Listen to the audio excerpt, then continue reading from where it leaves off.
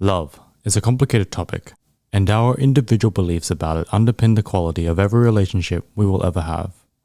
In this video, we explore the beliefs about love that guide Bojack throughout his tumultuous journey to recovery. For Bojack, the fundamental ideals of love that grapples him are the ideas of knowing and being known. Early on in the series, Bojack is initially hesitant to work with Diane. In a conversation with Pinky Penguin, he refers to Diane as too functional. I don't know if Diane is damaged enough to tell my story. She's so functional. Soon after, we take a trip into Diane's not-so-functional upbringing, with a mother who admonishes her, and borderline demented brothers that ridicule her to the extent of inventing a sensitive boy from Cambridge named Leo, in order to amuse themselves for 6 months before humiliating her by hiring an inappropriately aged homeless man to take her to the homecoming dance in Leo's place. Despite the pain and the torture, Diane tries to help the family, and we learn that she still has the all too familiar desire to get closure with a family that have no interest in understanding her. The stupid thing is, even now, I still just want them to be proud of me and think I did good. Is that really stupid? Yep. No, it isn't. She wants to make them proud and for them to think that she's good, but she doesn't know why. Bojack can't help but appreciate Diane and starts to see a depth that he recognizes in himself. He reveals that his own parents are shitty, and this inspires him to venture with Diane in writing his book. By this point, we know that Diane is dating Mr. Peanut Butter, a hyper-positive simpleton that seems more than at odds with Diane's personality. In a regular meeting that Bojack and Diane have in order to discuss the book, Bojack sidetracks, telling Diane that she deserves to be with someone who knows her. What are you saying to me? Just that you should be with someone who knows you. Yeah? Like who? This scene is an example of Bojack equating love with the feeling of being known, which explains his desire to have his story published for the world to know. He desires to be loved by everyone, and his concept of love is to be known. Just want everyone to love me, but I don't know how to make them do it. You can't force love, you blockhead. All you can do is be good to the people in your life and keep your heart open. But this becomes one of the last semblances of the show portraying the knowing of someone as being a virtue in love. Not a lot of time has passed and Diane decides to marry Mr. Peanut Butter in a very unexpected turn of events. At her ceremony, she comments on the weirdness of the idea of dedicating oneself to another person for the rest of one's life. It's so weird, this idea of dedicating yourself to something for the rest of your life. Like, how could you know, right? But then I realized it's okay to not know everything. Some things take a leap of faith. Mr. Peanut Butter, I want to take that leap with you. For her, it's the not knowing that's the prominent idea here. Perhaps in this moment, it's the fact that Mr. Peanut Butter hardly knows her that makes him so appealing. Later in the same season, we see one of the most memorable scenes of the series. After an emotionally charged drug-induced hallucination, Bojack finds himself in the aisle at the first annual convention of ghostwriters, where Diane is sitting to answer questions from the crowd. Because I guess you know me better than anybody, and if you think that... I guess my question is, do you think it's too late for me? What? I need you to tell me that I'm a good person.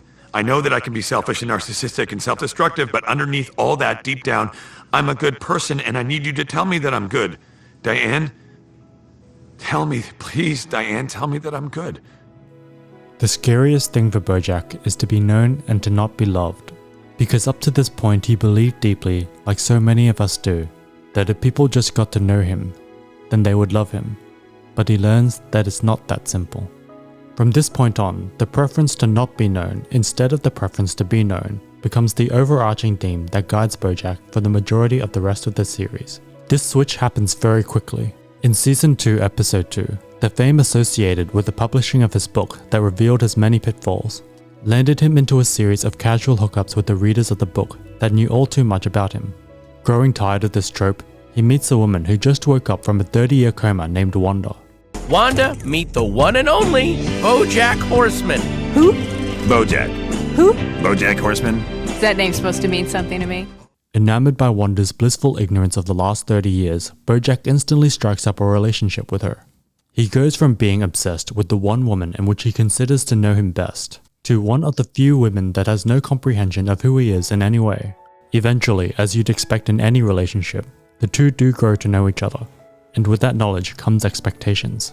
This is especially evident in episode 6 when Bojack lets it slip that he loves Wanda, which is met with hesitation. Dinner tonight? Totally. Let's hit that gravy truck.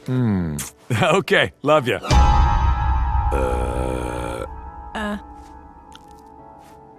No, I don't. He then embarks on a campaign to force Wanda to tell him that he loves him, by threatening to engage in dangerous autoerotic asphyxiating activities.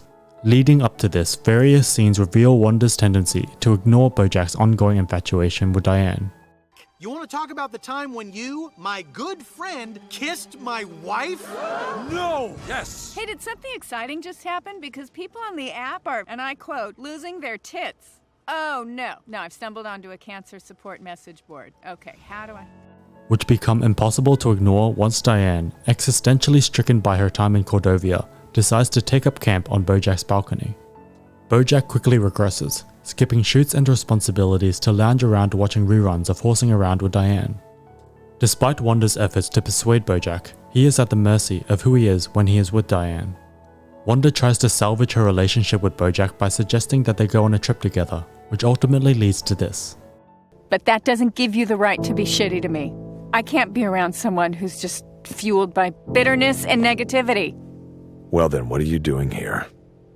What happened, Bojack? Same thing that always happens. You didn't know me. Then you fell in love with me. And now you know me.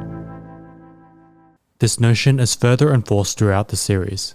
When Bojack pursues the elusive Ana Spanakopita, stalking her back to her home to watch her through her window with binoculars. She warned you that you wouldn't want to know her. Yeah, she was right. It's so sad that when you see someone as they really are, it ruins them. Then again, when Bojack is found consoling Hollyhock after she gets ghosted by her short-term love interest, Miles. I might have scared him off. I don't know. Do you ever get that feeling that, like, to know you more is to love you less? When Bojack visits Diane in Chicago during a string of depressive episodes. We're probably gonna break up soon anyway. There's only so long before he gets tired of the real me. The real you being... Ta-da! Near the end of season 3, after telling Sarah Lynn that he loved her, I love you, Sarah Lynn. she overdoses soon after. Right, Sarah Lynn? Sarah Lynn? Bojack eventually begins to associate love only with pain and hurt. You know that I don't do the whole love thing.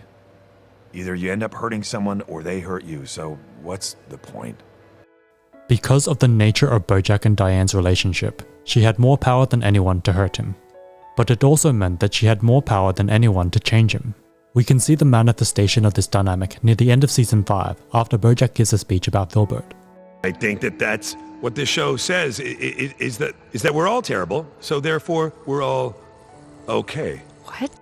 Shocked by Bojack's conclusions, Diane confronts Bojack after the show. You know, that's not the point of Filbert, for guys to watch it and feel okay. I don't want you or anyone else justifying their shitty behavior. Diane tries to distance herself from Bojack by saying that she barely knows him anymore, which sparks a strong reaction from Bojack.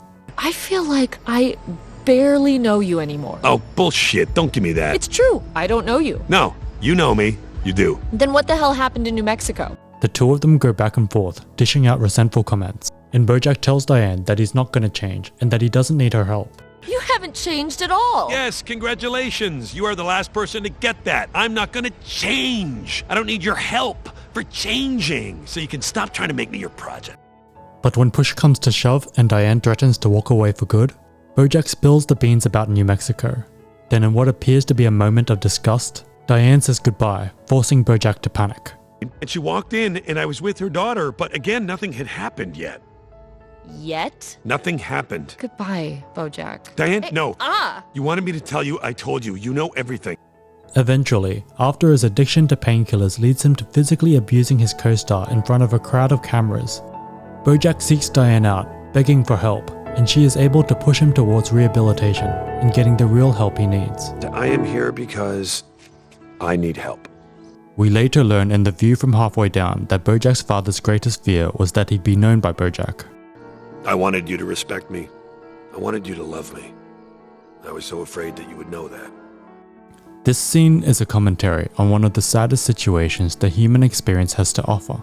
To have someone pass on without letting known how much you love them.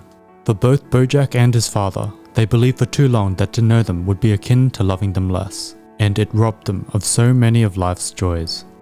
Shortly after this scene, we find Bojack calling out to Diane to save him. Diane, you're gonna save me, right? I called you and you're coming to get me? Bojack, why did you call me? I live in Chicago. I can't save you. Then in the series finale, Diane laments. I wish I could have been the person you thought I was. The person who would save you. That was never your job. Then why did you always make me feel like it was? When Bojack jokes that this could be the last time that they talk to each other, we as the audience wanted to tell us no. We wanted to do what is cordial and say that she'll call and text and always be a part of Bojack's life. But she doesn't. Instead, we get a cold shoulder and a glance in the other direction. Hey, wouldn't it be funny if this night was the last time we ever talked to each other? Why? Maybe she's grown to think that their relationship is too messy to continue. Maybe her fiancé doesn't like the idea of her being friends with a sexually abusive convict. But maybe because she knows that what is right for Bojack is for him to stop expecting her to save him, so that he can save himself.